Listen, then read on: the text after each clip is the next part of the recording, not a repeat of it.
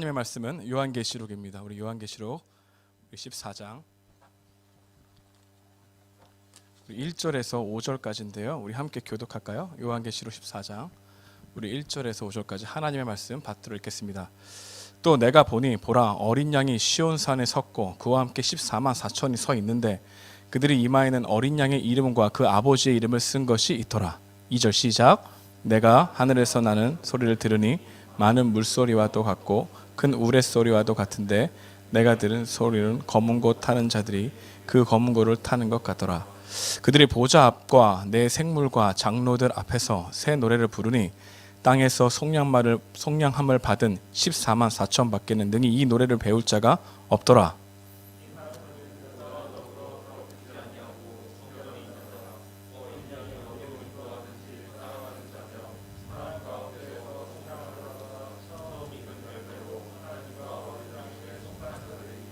그 입에 거짓말이 없고 흠이 없는 자들이더라.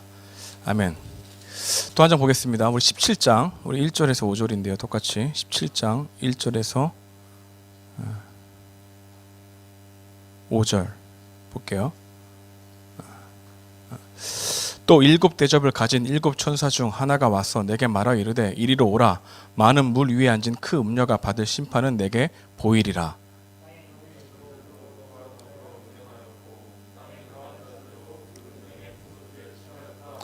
곧 성령으로 나를 데리고 광야로 가니라. 내가 보니 여자가 붉은빛 짐승을 탔는데 그 짐승의 몸에 하나님을 모독하는 이름들이 가득하고 7 머리와 10 뿔이 있으며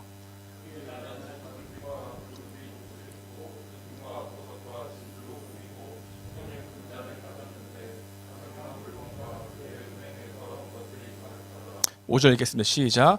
그의 이마에 이름이 기록되었으니 비밀이라 큰 바벨론이라 땅의 음료들과 가증한 것들의 어미라 하였더라. 아멘. 반갑습니다. 여러분과 함께 말씀을 나누게 될 청년 1부 2절 목사입니다. 오랜만에 온 것 같고요. 저희 청년 2부 목사님은 지금 여기 본당에서 대학생들에게 말씀을 전해주고 있고 저도 여러분들에게 모처럼 와서 하나님의 말씀 함께 나눌 수 있어서 행복합니다. 여러분들 계속해서 그 하나님 나라 큐티하고 있습니까? 네, 요한계시록을 함께 하고 있을 텐데 제가 쭉 보니까 이 김구수 목사님이 7교회에 관한 이야기를 하셨더라고요. 그러니까 저는 여러분들에게 7교회 이야기가 아닌 좀 전체적으로 이 요한계시록의 큰 그림을 여러분과 함께 나누면서 요한계시록에 말하고자 하는 메시지를 함께 여러분과 상고해 보고자 합니다. 여러분 요한계시록을 처음부터 끝까지 읽어보신 분들이 있습니까? 여러분 요한계시록은 신비의 책이 아닙니다. 요한계시록은 위로의 책입니다. 요한계시록은 비밀의 책이 아닙니다. 요한계시록은 창세기처럼 많이 읽고 공부해야 될 책입니다. 요한계시록에 나와 있는 상징은 어려운 상징이 아닙니다. 자기 스스로가 해석할 수 있지 않고 오히려 성경에서 해석할 수 있는 소스들을 다양하게 주어진 책이 바로 요한계시록입니다. 이 요한계시록을 읽고 소망을 품고 위로함을 받을 수 있는 사람들은 하나님을 위해 살아가기 위해서 애를 쓴 자들이죠. 하나님을 믿고 살아가는데 고난과 핍박을 받은 사람들에게는 위로가 되는 책입니다. 근데 여러분 예수님 믿는다고 지금 이 한국 사회 살아가면서 그런 위기감이 있습니까? 고난이 있습니까? 그러면서 이 하나님 말씀을 지키려고 하는 몸부림이 있습니까? 여러분, 그런 부분들이 우리 가운데 없다면 우리에게 이 요한계시록의 책은 소망의 책이 아니라 그냥 신비의 책이 될 것이고 또 위로의 책이 아니라 그냥 지식적으로 알물 줄 수 있는 책이 될 수밖에 없다는 것이죠.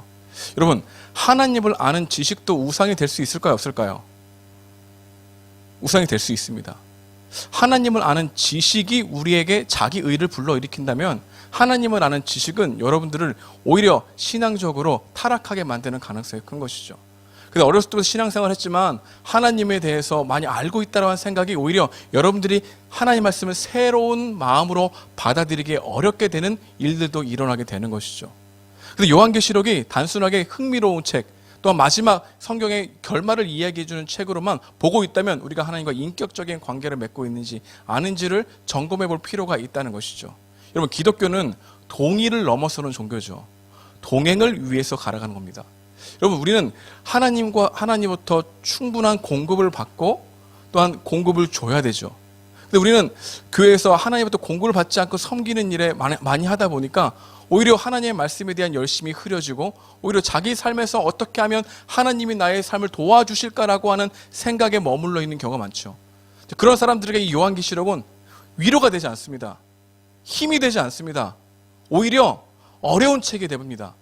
나의 마음을 힘들게 하고 왜 이런 성경에 합리적이지 못하지?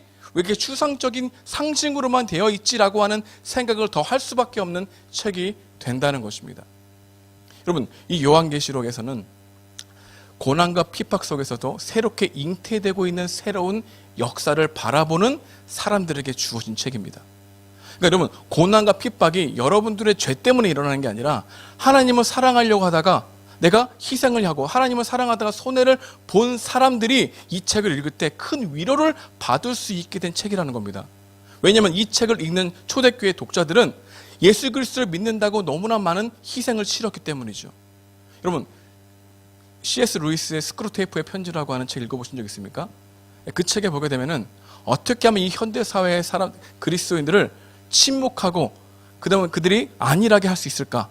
오히려 고난이 없이 편안한 삶을 살도록 하게 되면 그들은 자연스럽게 하나님을 멀리할 것이라고 하는 이런 풍자적인 이야기를 그 편지에 썼습니다. 이게 스크루테이프의 편지거든요. 한번 꼭 읽어보시기 바랍니다. 여러분, 우리는 가난을 이겼지만 부함을 이기지 못했습니다. 여러분, 지금 우리는 상대적 가난이지 절대적 가난이 아니죠. 오히려 지금 우리는 더욱더 열심히 하면서 살아가야 될 존재들인데 더욱더 세상에 몰입하다 보니까 하나님의 말씀이 한 귀로 듣고 한 귀로 흘려버리는 경우가 굉장히 많죠. 근데 우리가 은혜를 강구하는 이유도 내 인생이라고 하는 고난을 극복하기 위해서만 강구하는 경우가 많아요. 우리가 은혜를 달라, 하나님 나에게 성령의 충만함을 주시옵소서라고 하는 이 고백이 내가 지금 하나님 때문에 받는 고난으로 인하여 앞으로 있을 장애물들을 극복하기 위해서 달라고 하는 것이 아니기 때문에 우리는 하나님의 말씀이 능력이 되지 않는 경우가 훨씬 많아요. 여러분, 여러분이 복음은 능력입니까? 말씀이 여러분들에게 능력이 됩니까? 여러분, 지난 한 주간 살아가는데 말씀 없이도 잘 살아가고 있다면 하나님과 인격적인 관계가 아닐 수 있다는 겁니다.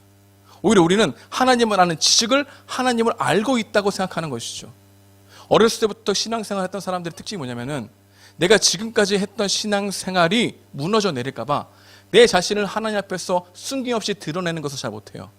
나의 연약함과 한계를 드러내는 것을 좋아하지 않아요. 오히려 나는 더욱더 열심과 선행과 하나님의 말씀을 지키는 것을 더욱더 봄으로 말미암아 뿌듯함과 자긍심을 일으키고 싶어하는 존재가 우리죠. 그래서 말씀도 다 읽었다는 거기에 방점을 찍어서 일독한 것에 초점이 맞춰져 있지 하나님을 인격적으로 아는 것에 초점을 맞춰져 있지 않아요. 그래서 요한계시록의 말씀도 지식적으로밖에 되지 않는 거죠. 여러분, 우리는 동의가 아니라 동행하는 존재이고 누군가의 영향을 주기 전에 충분히 그리스도로부터 영향을 받지 않으면 우리가 하는 행동은 신앙생활이 아니라 종교생활일 수가 있다는 겁니다.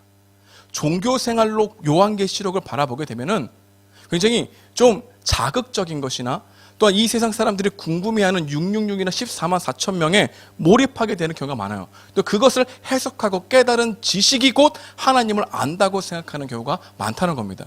근데 여러분, 요한계시록을 정말 여러분들이 하나님 앞에 직면하고자 하는 마음으로 말씀을 읽게 되면은 딱 두 부류가 나타납니다. 하나님의 은혜를 받고 있는 자, 하나님의 은혜를 받지 못한 자.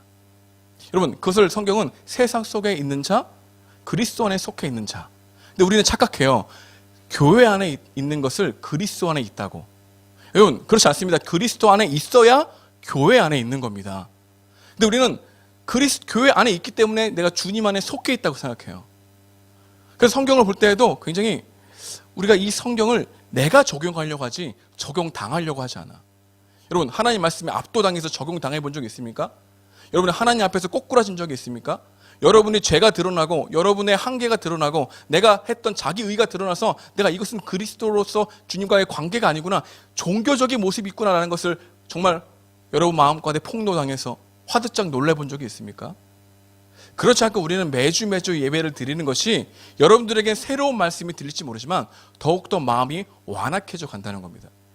여러분, 제가 한 가지 여러분들에게 영적인 비밀을 하나 알려드릴까요? 여러분 매주 말씀을 듣죠?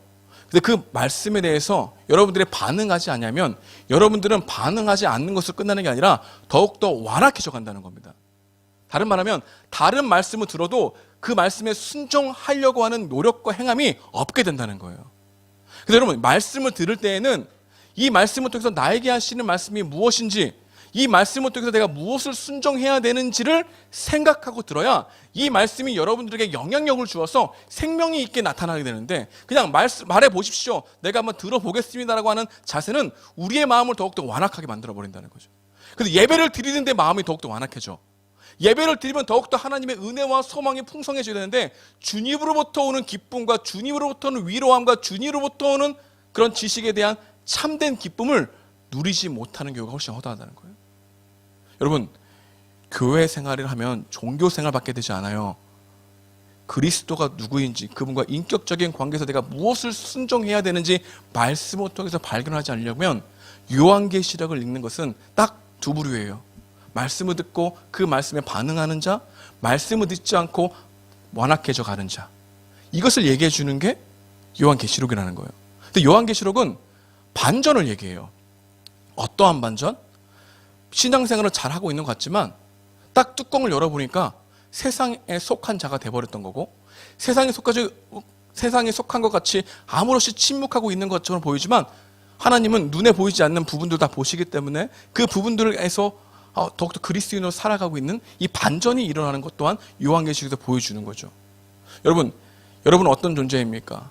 여러분들은 신앙생활을 어렸을 때부터 하신 분들도 있고 새롭게 하신 분들도 있지만, 여러분들이 지난 한 주간, 아니 지난 1년간 살아오면서 주님의 인격적인 교제로 그분의 말씀에 순종하려고 하는 마음이 여러분의 자발적인 반응이었습니까? 아니면 의무감이었습니까? 의무감으로 말씀을 듣기 시작하면 여러분들은 더욱더 강팍해져 가는 거예요. 말씀을 듣는데 은혜가 안 돼. 찬양을 하는데 하나님에 대한 은혜가 없이 찬양을 하게 돼. 그래서 제가 느끼는 게 있어요.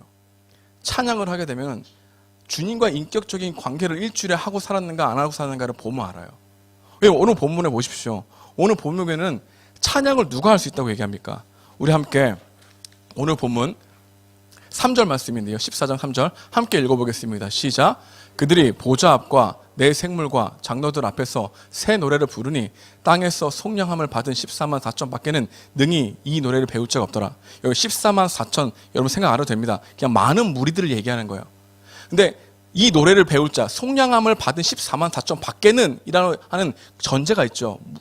하나님을 찬양할 수 있는 것은 하나님의 은혜를 받은 자들만이 할 수 있는 고백이라는 거예요. 여러분, 우리는 찬양을 따라 부를 수 있어요. 하지만 그 감격을 따라 할 수는 없죠. 여러분, 여러분이 예수 그리스도의 십자가의 은혜와 부활하심의 그 죽으심과 부활하심의 은혜가 여러분들께 역사하지 않으면 여러분들 찬양할 수 있을까요? 찬양을 따라 부를 수 있을까요? 찬양, 정말 마음속에서 감격으로 찬양할 수 없는 거죠. 근데 여러분들이 찬양하는 모습을 보게 되면 여러분들이 지난 일주일간 어떻게 살았는지가 다 티가 나는 거죠. 사람은 영물입니다. 다 드러나요. 좋은 거, 싫은 거. 여러분이 찬양할 때 정말 주님을 향하면 뜨거운 마음으로 찬양하고 있는지, 아니면 식어져서 냉랭하게 바라보고 있는지, 내가 은혜 가운데 살아가고 있는지, 아니면 의무감 가운데 살아가고 있는지, 여러분들의 찬양에 드러난다는 것을 말해주고 있죠. 여러분, 새 노래는 그리스도의 복음을 아는 사람들에게 주어진 은혜이죠. 그리고 그 복음은 내 세상에 있는 장애물들을 극복하게 합니다. 고난과 핍박이 있더라도 주님 바라보게 합니다. 내가 이것을 선택하기 전에 우선순위를 따져보게 하죠.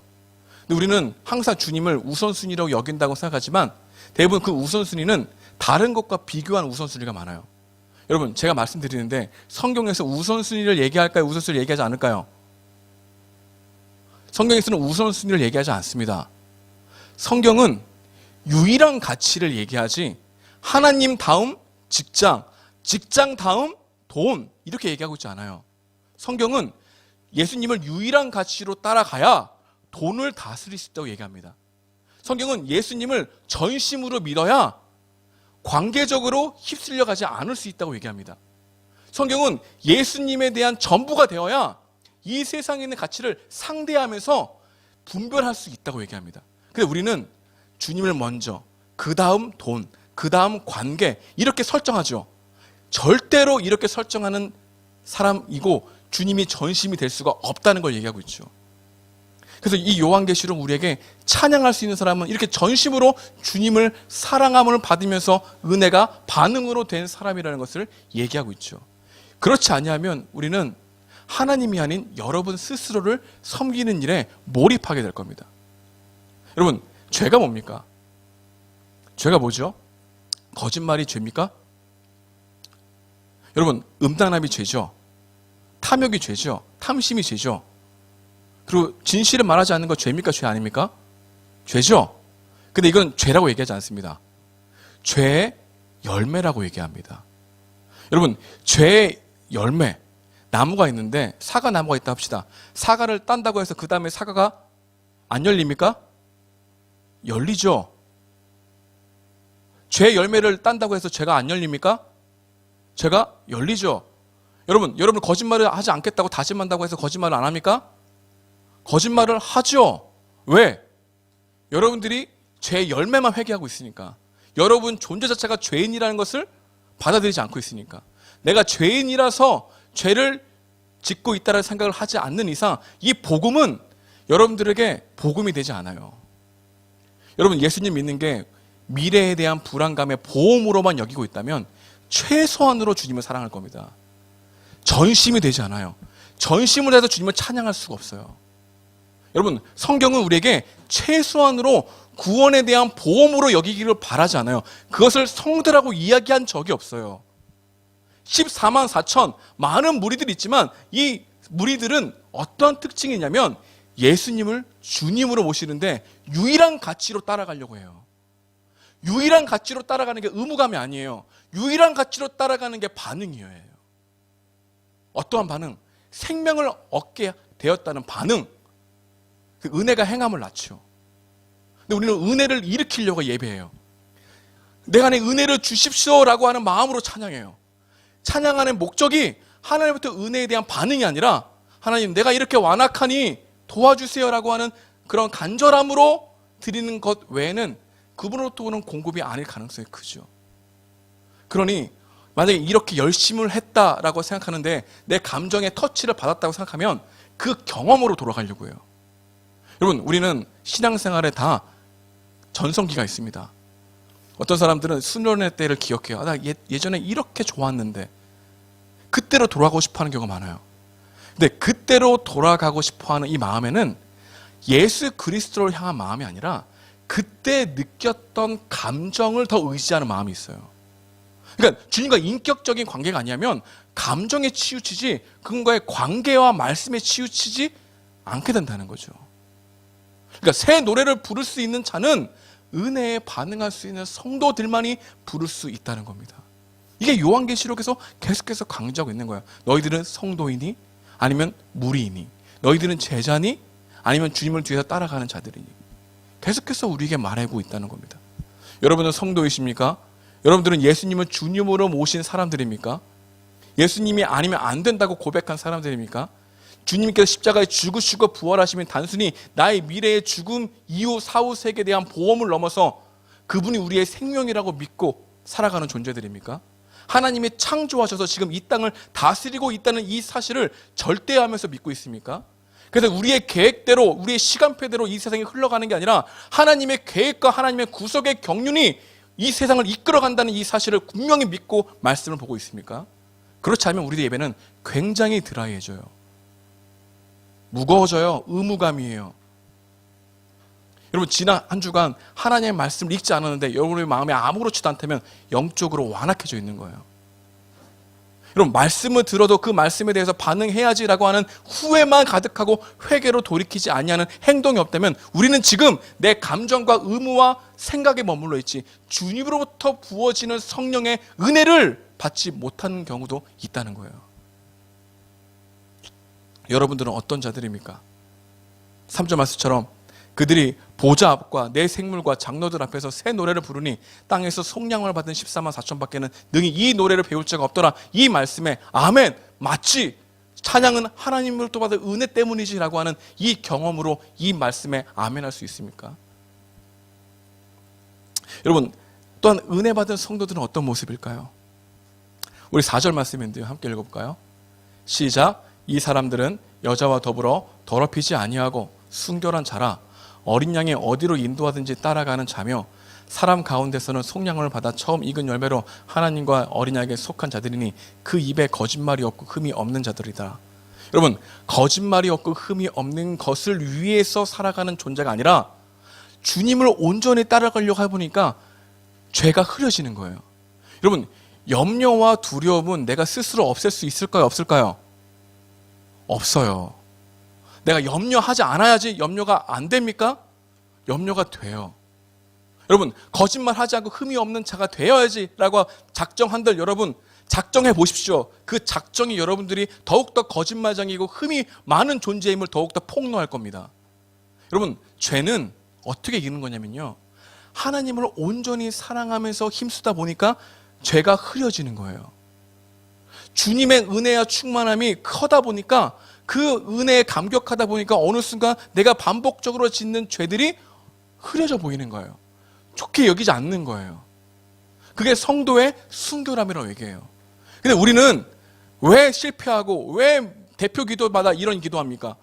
아, 주님, 지난 한 주간 죄 가운데 걸어 있지만 다시 힘을 내서 왔습니다. 이 기도가 반복되면 우리는 이 기도 안에 패러다임에 갇혀버리게 돼요. 여러분, 우리는 죄를 지을 수밖에 없어요. 하지만 죄를 이길 수도 있습니다. 어떻게 이깁니까? 주님이 우리 안에 사랑이 충만하게 됨으로 말미암아 죄를 짓는 시간들이 흐려지게 되는 거예요. 그 죄는 하나님을 사랑함이 죄를 사랑하는 보다 커야만 가능해요. 그러니까 왜 우리가 은혜를 간구해야 되냐면은 죄를 이기기 위해서예요. 여러분, 그리스도의 생명이 있으면 내가 죄 가운데 있어도 아무렇지 않다 이렇게 할 수가 없다는 겁니다. 여러분, 그리스도를 믿는 열매는 양심이 시퍼렇게 사라져가요. 시퍼렇게 세워져 가는 거예요. 그동안 선과 악의 기준이 나의 좋고 싫음이었다면 이제는 하나님 말씀이 기준이 되는 것이 선명해져 가는 사람들이에요. 근데 예전에는 거짓말을 하고 흠이 많았어도 후회만 했지 진정으로 회개를 하려고 하는 마음이 없었는데, 주님으로부터 오는 성령이 내 마음을 관통하자 그것이 죄라는 것이 밝혀지게 되고, 이 죄를 이겨보려고 애를 쓰다가 내가 죄를 좋아하는구나를 깨닫게 됨으로 말미암아 하나님을 더욱 의지하게 되는 삶에서 나오는 은혜가 죄를 이길 수 있다는 것을 발견하게 되는 게 성도의 축복이라는 거예요. 근데 우리는 이거에 대해서 굉장히 민감하지 않아요. 그래서 우리는 상대적으로 굉장히 윤리와 기준을 잡는 게 일상화되어 있지 않습니까? 그래서 여러분의 좋고 싫음을 옳고 기준으로 보는 이상 하나님의 말씀이 절대적으로 받아들이지 않죠. 그러면 언제나 내 기준을 세워요. 내가 사랑할 수 있는 사람 세워놓고 나 사랑하고 있어요 라고 말하고, 내가 용서할 수 있는 사람 내 기준으로 세워놓고 나 용서하고 있어요 라고 하는 생각 안에 갇혀버리게 된다는 거죠. 그래서 예수님께 부자 청년이 찾아왔잖아요. 그래서 나는 어렸을 때부터 율법을 다 지켰습니다. 그 예수님이 칭찬해 줬습니다. 잘하였도다. 그래서 너에게 한 가지 부족한 게 있다. 너의 땅을 팔아서 가난한 자에게 나누어 줘라. 근데 부자 청년이 어떻게 했습니까? 고개를 절레절레 흔들고 갔죠. 뭡니까? 지금까지 사랑의 기준을, 사랑의 범위를 누가 스스로 정한 겁니까? 자기 스스로 정해서 하고 있다고 만족하고 있죠. 근데 예수님께서 너 다 하고 있는 게 아니야. 너 그가 보지 못하는 것을 하나 딱 건드리니까 주님 따라가려고 해요? 아니면 자기가 못하겠다고 자기 스스로 걸어가려고 합니까? 자기 스스로 걸어가려고 하죠. 이게 우리의 존재라는 거예요. 근데 죄는 내 스스로 한계를 정해놓고 스스로 옳게 여기려고 하는 우리 안에 선한 자아의 죄성이 있어요. 근데 성령은 우리 가운데 나의 거짓말과 나의 흠이 있는 것과 나의 음란함과 나의 여러 가지 죄악을 이길 수 없다라고 하는 이 절망을 경험하게 하므로 주님을 온전히 의존하고 의지하는 것이 내 삶에 가장 복되다는 것을 성령께서 우리 안에 깨닫게 해주시는 거예요. 그래야 성도로서 살아갈 수 있는 힘이 나에게 있는 게 아니라 주님으로부터 보던 은혜 가운데 있다는 것을 깨닫게 되는 거예요. 그래야 이 요한계시록이 여러분들에게 지식이 아니라 은혜가 되고 위로가 될 수 있어요. 여러분, 지난 한 주간 죄를 이기려고 하는 씨름이 있었습니까? 거짓을, 정말 진실을 말하려고 하는 이 입술을 노력한 부분이 있습니까? 해보십시오. 해보면 알게 돼요. 내가 스스로 진실할 수 없는 존재임을, 거짓말이 너무나 내 안에서 터져나오는 죄성인 것을. 근데 그게 소망이에요. 그게 주님 바라보게 하는 중요한 도구예요. 우리 주님은 여러분들 도덕적으로 완성시키셔서 하나님의 사람으로 세워가는 게 아니라 오히려 여러분들이 그런 다짐을 더욱더 폭로하고 한계를 경험하고 또 주님 없으면 안 된다라고 하는 항복을 받아내서 하나님으로부터 받은 은혜를 구하게 하심으로 자라가게 하시는 거예요. 이게 은혜예요. 이게 성도예요. 그렇지 않고서는 찬양할 수 없어요. 거룩한 삶 살 수 없어요. 진실된 말 할 수 없습니다. 이렇게 안 되면 우리는 언제나 종교 생활에 머물러 있게 돼요. 내가 지금까지 24년, 27년, 30년 동안 신앙생활을 했다는 그 행동을 기억하지 주님 그분 자체의 말씀에 대해서 반응하는 삶이 안 되는 거죠. 그래서 우리의 삶은 언제나 감정으로 돌아가지 주님께로 돌아가지 않아요. 그래서 새해가 되면 더 열심히 해보겠습니다라는 의지를 가지고 살아가지만 또 넘어지죠. 왜요? 주님으로부터 받은 은혜의 공급이 아니라 스스로 그 은혜를 일으키려고 하는 노력이기 때문에. 여러분, 성경은 노력을 강조하지 않는 게 아닙니다. 노력하는 동기가 무엇이냐를 더욱더 보게 하는 종교이죠. 여러분, 이해가 되십니까? 여러분은 종교 생활하고 있습니까? 신앙 생활하고 있습니까? 여러분 찬양을 하고 있습니까? 아니면 찬양을 일으켜서 주님의 사랑을 받으려고 하는 존재적으로 하나님과 결여되어 있는 관계성의 부재를 경험하고 있는 존재들입니까? 은혜를 일으키려고 하는 존재입니까? 은혜 받은 사람들입니까? 여러분, 이어서 예배를 드리는 것이 단순하게 여러분들에게 허망함을 주고 여러분들이 이 예배를 드린 것을 끝나는 것에 만족한다면 여러분들의 삶에서 주님이 머무실 공간은 없어요. 여러분, 제가 한 가지 또 알려드릴까요? 여러분의 주님이 전부가 되지 않냐면 여러분, 주님이 머물 수 있는 공간을 우리는 만들지 않아요. 여러분, 이게 중요해요. 여러분, 주님이 여러분들의 전부가 되지 않으면 아예 없는 거예요. 아예 그 공간을 만들지 않는다니까요. 그러니까 주님을 온전히 모시고 살아가는 사람이든 그렇다고 여겨지지만 아예 배척하고 내가 그럴 거야 라고 생각하고 추측하고 살아가는 사람, 이 둘밖에 없다는 거죠. 제 얘기가 아닙니다. 누구 얘기합니까? 성경을 보면 알아요. 성경은 이 얘기로 가득해요. 복음서를 읽어보십시오. 예수님이 가장 많이 하시는 게 돈 얘기와 지옥 얘기 아닙니까? 근데 돈 얘기와 지옥 얘기를 통해서 여러분들의 겁을 주려고 하는 거예요? 아니에요. 여러분들이 주님을 따라가는 목적이 무엇인지를 분명히 드러나기 위해서인 거죠. 근데 우리는 대부분 이 세상에서 잘 되는 방식으로 하나님을 봐요. 하나님은 이 파라오의 질서에서 멀리서 이거를 다스릴 수 있는 하나님으로 여기지 않고 내가 이 세상에서 잘 되는 것을 위해서만 기도하죠. 그러니까 파라오의 질서 안에 있는 하나님으로만 보이죠. 그게 출애굽기 나오잖아요. 그래서 이들은 계속해서 애굽에 대한 환상과 미련을 가지고 하나님을 따라가지 못해요. 하나님이 공급하시고 불기둥과 기름기둥으로 만나와 메추라기로 그들을 공급하셔서 염려와 두려움이 흐려져 주님 더욱더 의지하게 만들었는데 그들은 그걸 원하지 않죠. 그래서 여러분, 광야에서 예수님께서 시험 받으신 거예요. 여러분, 광야에 시험거리가 있습니까? 없습니까? 생각해보세요. 여러분, 광야에서 여러분들을 걸려 넘어뜨리게 하는 것이 있어요? 광야에 화려한 루이비통 백이 있습니까? 여러분, 광야에 정말 멋있는 그런 좋은 스펙들을 가진 회사가 있습니까? 여러분, 광야에 여러분의 정욕과 욕망을 일으키는 것들이 있어요? 근데 왜 예수님께서 광야에서 시험을 받으셨죠? 그 이유는 시험은, 욕망은 외부에 있는 것에서 반응하는 것이 아니라 내 안에 있는 것에서 외부를 바라보는 욕구가 더욱더 일어나게 한다는 것을 경험하기 위해서요. 알려주기 위해서였어요. 무엇을 얘기합니까?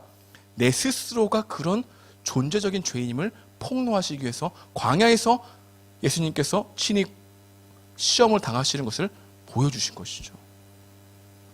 말씀을 맺기 원합니다. 여러분, 제가 여러분들 처음 뵙고 말씀을 전하는데 왜 이렇게 강해? 왜 이렇게 세? 여러분, 센 말씀이란 없어요. 온전히 받아들여야 될 말씀밖에 없는 거죠. 왜냐하면 이것은 내가 말하는 게 아니라 누가 말하는 겁니까?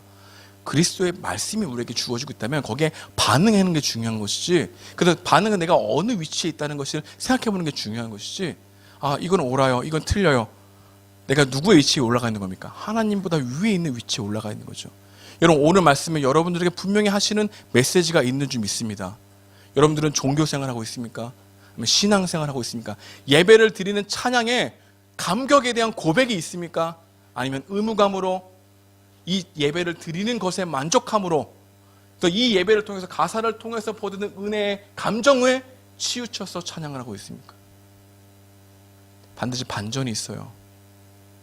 여러분, 예수님을 전심으로 믿어서 내가 이 세상에서 가치 있다는 것들을 잘 다스릴 수 있는 은혜가 있길 소망합니다. 하나님으로부터 다스림을 받아야 이 세상에 내가 가치 있다는 것들을 다스릴 수 있다는 것. 그 다스림은 전심이어야 된다는 것. 그 다스림은 유일한 가치가 되어야 된다는 것. 그 유일한 가치는 내가 일으킬 수 있는 게 아니라 그분으로부터 받은 은혜와 감격이 있어야 되는 것.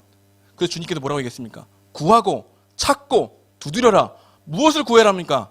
여러분들이 이 세상에서 잘 되는 걸 구하는 게 아니라 성령 하나님부터 받은 이 복음을 깨닫게 되길 가지고 성령 하나님을 더욱더 충만함을 구하라는 거죠.